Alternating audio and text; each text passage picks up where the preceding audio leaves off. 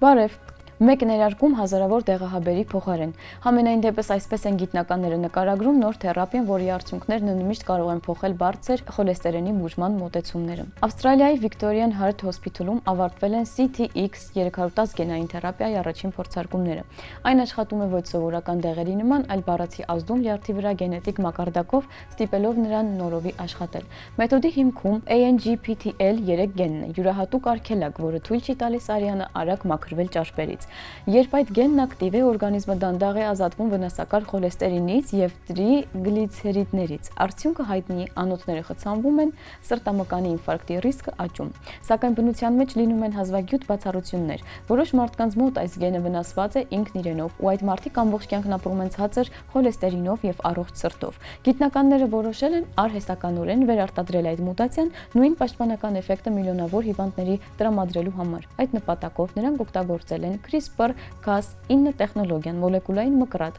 որը թույլ է տալիս ճշգրիտ կտրել ԴՆԹ-ն։ Տվյալ դեպքում թիրախը ANGPTL3 գենն է։ Միջամտությունից հետո գենն ուղղակի դադարում է աշխատել, իսկ լյարդը այլևս չի արտադրում արյունը ճարպերից մաքրելուն խոչընդոտող սպիտակուցը։ Փորձարկումներին մասնակցել է խոլեստերինի կայուն բարձր մակարդակով 15 մարդ, ում սովորական դեղամիջոցները չեն օգնել։ Նրանց արել են ընդամենը մեկ ներերակային ներարկում։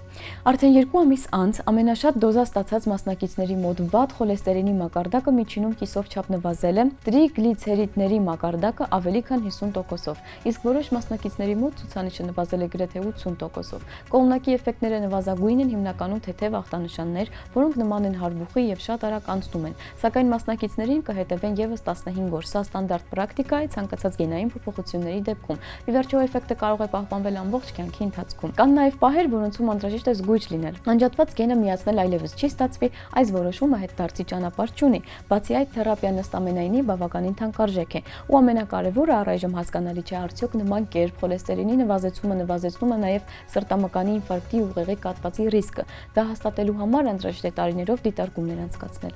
Այդուհանդերձ CTX310-ը լուծում է ժամանակակից սրտաբանության գլխավոր խնդիրներից մեկը՝ մարդկային գործոնը։ Միլիոնավոր մարդիկ աշխարհով մեկ դադարում են ստատիններ ընդունել, ինչ որ մեկը մոռանում է, մյուսը վախենում է կողմնակի էֆեկտներից, այստեղ ամեն ինչ այլ է, ընդամենը մեկ ներարկում ու լյարդն ինքն է անցնում աշխատանքի նոր ռեժիմի։ Սա առաջին դեպքն է, երբ CRISPR տեխնոլոգիան կիրառվում է ոչ թե հազվագյուտ ժառանգական հիվանդությունների, այլ մասսայական խնդրի համար, որն առնչվում է գրեթե յուրաքանչյուր երկրորդ մեծահասակ մարդուն։ Սիրտ-անոթային հիվանդություններն այսօր աշխարհում մահացության գլխավոր պատճառ են, ու եթե մեթոդը լինի անվտանգ ու արդյունավետ, ապա ապագայում խոլեստերինի վերահսկողությունը կարող է դառնալ մեկ անգամ բժշկի այցելելու հարց ամբողջ կյանքի համար։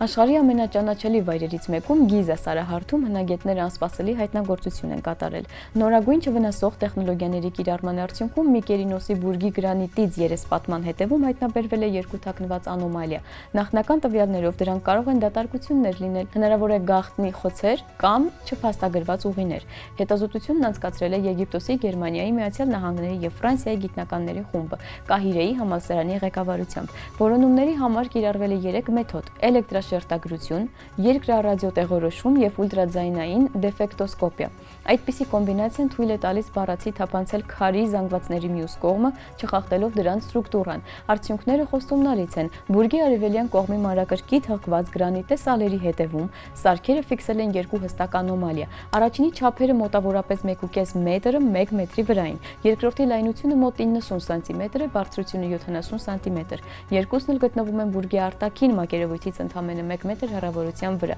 Դրանց խորությունն ու երկարությունն առայժմ անհայտ են։ Միկերինոսի բուրգը Գիզայի 3 մեծ բուրգերից կրտսերն է։ Նրա բարձրությունն այսօր ավելի քան 60 մետր է, իսկ հիմքի կողի երկարությունը մոտ 108 մետր։ Հնագույն ժամանակներում բուրգի արտաքին պատերի մի մասը երեսպատված էր գրանիտի խոշոր սալերով։ Զարմանալի է, բայց հենց արևելյան կողմն է առավել մանրակրկիտ մշակված։ Սալերը միմյանց են միացված ոսկերչական ճշգրտությամբ, իսկ մակերևույթը հղկված է գրեթե ինչպես հայելի։ Այս փաստը դեռ մի քանի տարի առաջ ստիպել էր անկախ հետազոտող Սթեյն վան Դենհովենին առաջ քաշել հիպոթեզ բուրգի երկրորդ մուտքի առկայության մասին, որը ծածկված է երեսպատման միջոցով։ Նոր տվյալները իրական կշիռ են հաղորդում այս գաղափարին։ Գիտնականները նշում են, մուտքի մասին խոսելը դեռ վաղ է, անոմալիաները լրացուցիչ ստուգումներ են պահանջում այլ մեթոդների կիրառմամբ, անհրաժեշտ են նաև քննարկումներ եգիպտոսագետների հետ, սակայն անգամ զգույշ գնահատականներում նշվում է, որ գրանիտի թաղանթի տակ իրոք կարող է թաքնված լինել նախկինում անհայտ ինչ-որ բան։ Եթե այդ արժանյակները կամ ուղիները հաստատվեն,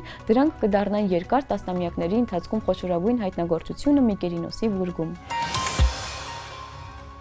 Այս շաբաթվա գիտնականն է Էդվարդ Վիտենը։ Վիտենին անվանում են ժամանակակից ֆիզիկայի գլխավոր տեսաբան, մարդ, ով ամենից շատ է մոտեցել այսպես կոչված ամեն ինչի տեսության ստեղծմանը։ Հետաքրքիր է, որ սկզբում Վիտենը ընդհանրապես չի ցանկացել ֆիզիկոս դառնալ։ Նրա դեռահասությունն անցել է հումանիտար հետաքրքրությունների նշանի ներքո՝ պատմություն, գրականություն, քաղաքականություն։ Նա անգամ ընդունվել է Փրինսթոն տնտեսագիտություն ուսումնասիրելու համար, իսկ ավելի ուշ ուժերը փորձել լրագրության ոլորտում։ Սակայն շուտով Վիտենը հասկանում է, աշխարհի մասին ամենահետաքրքիր պատասխանները ոչ թե թերթերի էջերին են, այլ բանաձևերում։ 70-ականների կեսերին Վիտենը կրկին ընդունվում է Փրինսթոն, այս անգամ ֆիզիկայի ֆակուլտետ ու ընդամենը մի քանի տարում դառնում ամենավառ երիտասարդ տեսաբաններից մեկը։ Քվանտային գրավիտացիայի, սուպերգրավիտացիայի եւ սուպերսիմետրիայի հետ կապված նրա աշխատանքներն անմիջապես գրավում են գործընկերների ուշադրությունը։ Վիտենը ոչ միայն լուծում էր բարդ հավասարումները, նա դրանց հետևում տեսնում էր տիեզերքի նոր ստրուկտուրան։ 1980-ականներին նա դառնում է լարերի տեսության կենտրոնական գործող անձը, իսկ 1995-ին Վիտենն անում է